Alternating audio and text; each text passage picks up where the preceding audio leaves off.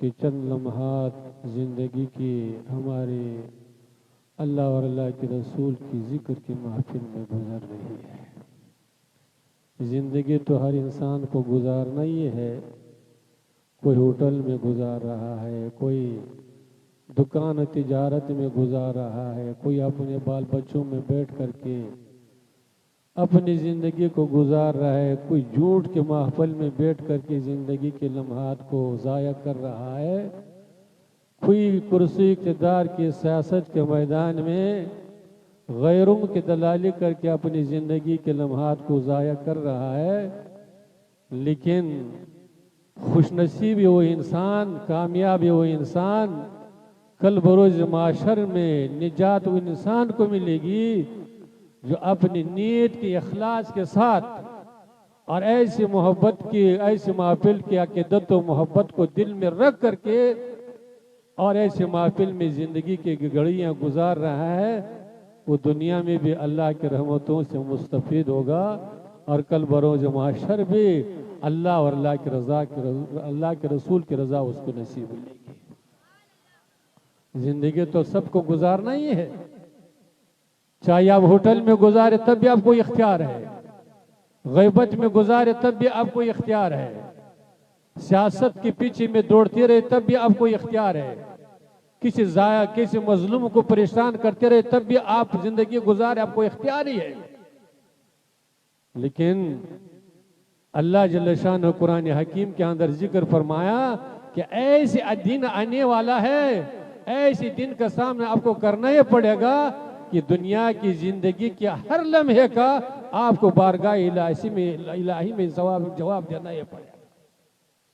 دنیا میں تو آپ کو اختیار دیا گیا ہے کہ زندگی جیسے آپ کی دل چاہے گزاریے، لیکن اس زندگی کا حساب ایسی دن آئے گا کہ آپ کو ہر گھڑی کا، ہر ثانیے کا، ہر لمحے کا بارگاہ الہی میں جواب دینا ہی پڑے گا۔ اور اس کو قرآن حکیم نے، اللہ جل شانہ نے قرآن حکیم کے اندر ذکر فرمایا، ارشاد فرمایا یوم لا ینفع مال ولا بنون، ایسی دن آئے گا کہ اللہ کے بارگاہ میں آپ کا حساب ہوگا، حساب و کتاب والا دن ہوگا۔ لا ینفع مال ولا بنون، نہ تو دنیا کا مال و دولت آپ کو کوئی نفع پہنچا سکے گا، اللہ کے عذاب سے آپ کو بچا سکے گا، قبر کے عذاب سے آپ کو بچا سکے گا، میدان محشر سے آپ کو بچا سکے گا۔ ولا بنون، اور جس بیٹے کے لیے آپ مر رہے ہیں، جس بیٹے کے لیے اب حلال و حرام کا تمیز چھوڑے ہوئے کہ بیٹا ہمارا ترقی کر جائے، ہمارے بیٹے کی زندگی خوشگوار بن جائے، اس کے لیے صبح بھی کٹ رہا ہے، شام کو بھی کٹ رہا ہے، بھائی کو بھی ناراض کیے ہوئے، دوسرے کو بھی ستا رہے ہو، اس بیٹے کے خاطر، اس مال کے خاطر، ایسے دن آئے گا کہ نہیں بیٹا کوئی کام دے گا، نہیں مال و دولت آپ کو کوئی کام دے گا۔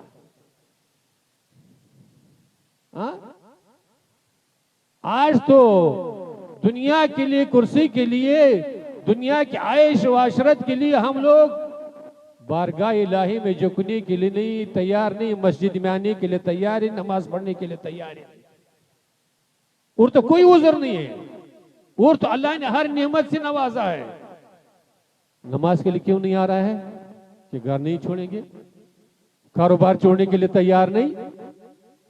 اسی مال کے غرض، اولاد کے غرض، دنیا کے عیش عورت کی وجہ سے اب مسجد میں نہیں جا رہے، نماز پڑھنے کے لیے تیار نہیں۔ جن مقدس ہستیوں نے اللہ کی رضا کے لیے مسجد، کاروبار کو چھوڑ کر کے بادشاہت کو ترک کر دیا، دنیا کی سلطانت کو ترک کر کے اللہ کی رضا کے لیے، اسی نماز کے لیے، اسی تلاوت کے لیے، اس قرآن کی عظمت کے لیے، حضور کی محبت کے لیے اپنے بادشاہت کو قربان کر دیا، اللہ جل شان نے اس کو دنیا میں بھی نواز دیا، اور کل بروز معاشر میں بھی وہ کیا ہوگی، وہ جنت کا مستحق بنے گی، اللہ اور اللہ کے رسول کی رضا اس کو نصیب ملے گا۔ وقت نہیں ہے کہ بیان کیا جائے صحابہ کرام کے دور کو تو چھوڑیے، حضرت ابراہیم ابن ادہم اپنے زمانے کے بادشاہ ہے، بلخ کا بادشاہ بنا ہوا ہے، کوئی معمولی کرسی نہیں، بلخ کا بادشاہ ہے، دل میں تمنا ہے، نیک لوگوں کے صحبت میں رہ رہا ہے، دل میں خواہش ہے کہ کاش شام میں کیا ہوتے، اللہ کے نیک بندے ہو جاتے، صالح بندے ہو جاتے، اللہ کا مقرب ولی بن جاتے، دل میں تمنا ہے، خواہش ہے۔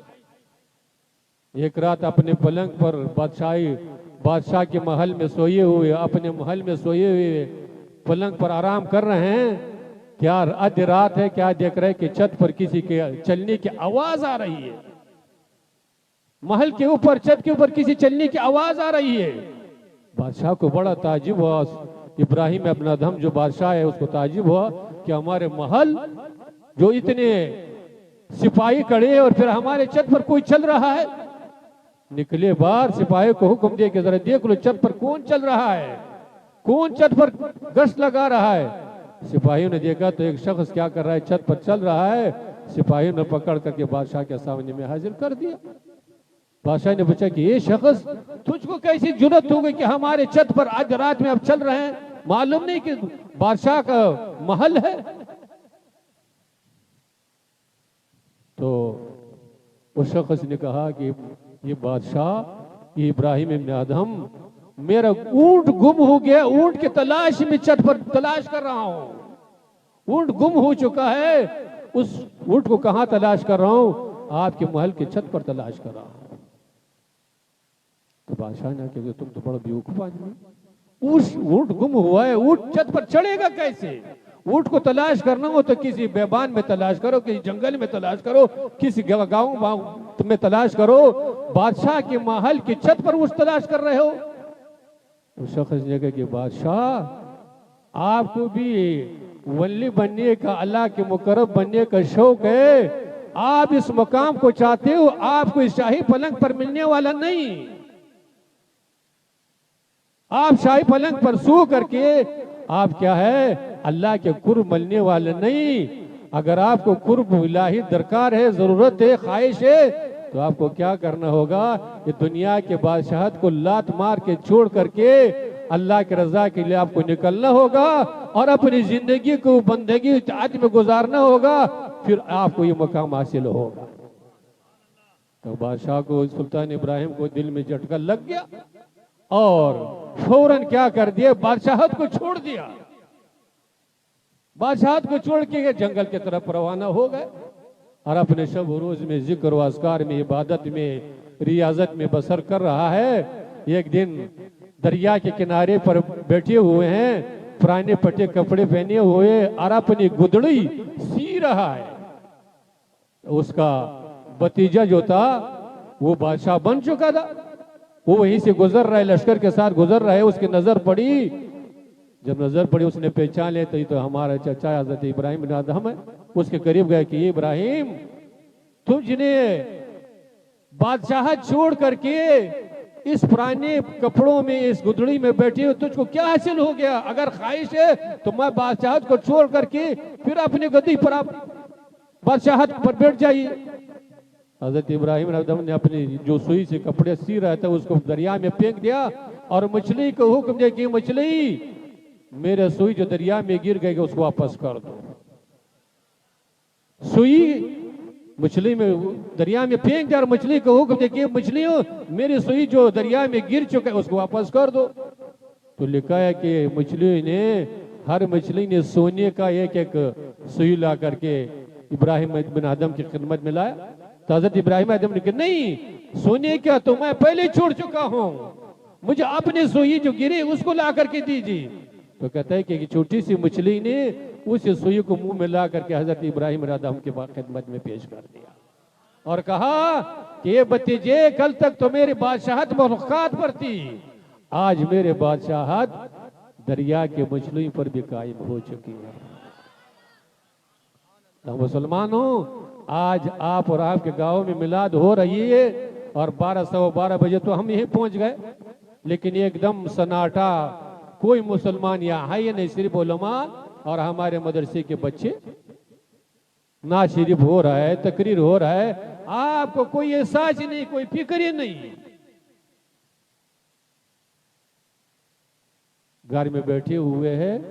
پنڈال سجا ہوا ہے، کرسی کا انتظام ہے، لیکن ہمارے مسلمان کو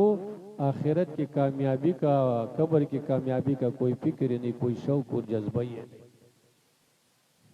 شوق کون چیز کا ہے؟ گوشت کھانے کا بہت شوق ہے، کھانے کے بہت شوق ہے، مکان بنانے کا بہت شوق ہے، ممبر بننے کا تو بہت شوق ہے۔ اس کے لیے دن میں بھی محنت کرے گا، شام میں بھی محنت کرے گا، رات میں بھی محنت کرے گا کہ کیا ہو جائے، وہ ممبر بن جائے اور اس میں لاکھوں روپے بھی خرچ کرے گا۔ لیکن یہی ممبری اگر آپ نے غریبوں کی خدمت کے لیے استعمال کیا، اسلام کے لیے استعمال کیا، تو کیا ہوگا؟ انشاءاللہ العزیز آپ ہر قدم جو رکھیں گے آپ کا عبادت شمار ہوگا۔ اور یہی ممبری اگر لوٹ کو سوٹ میں آپ نے یہ کر دیا، دوسرے کو پریشان کرنے میں آپ نے ممبری کو استعمال کر لیا، تو یاد رکھیے 5 سال 6 سال کی ممبری تو گزر جائے گی، لیکن مرنے کے بعد کیا ہوگا؟ آپ کو ہر لمحے کا حساب دینا یہ پڑے گا۔ تو اللہ جل شانہ نے ارشاد فرمایا لا ينفع مال ولا بنون الا من اتى الله بقلب سلیم، کہ قیامت کے دن میں اسی کو نجات ملے گا، اسی کو کامیابی ملے گی جو اللہ کے بارگاہ میں اپنے سینے میں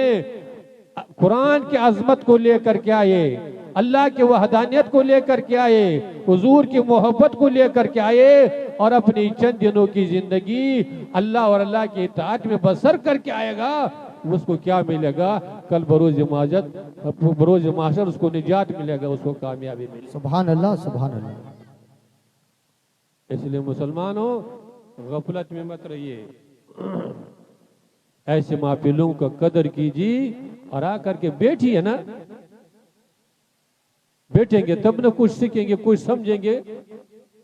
تب آپ اللہ کی رحمتوں کو لے کر کے روانہ ہو جائیں گے۔ کھانا تو ملے گا، کھانا کا تو انتظام ہو چکا ہے، نہیں بیٹھیں گے صرف کھانے پینے کے لیے آئیں گے تو پھر کیا ہوگا؟ کھانا تو ملے گا لیکن ایسے محفل کے برکتوں سے، ایسے محفل کے رحمتوں سے کیا ہو جائیں گے؟ آپ محروم ہو جائیں گے۔ دنیا تو چند دنوں کی گزر جائے گی، جب قبر میں جائے گا تب آپ کو احساس ہوگا کہ کاش ہم کیا کرتے، 5 وقت نماز تو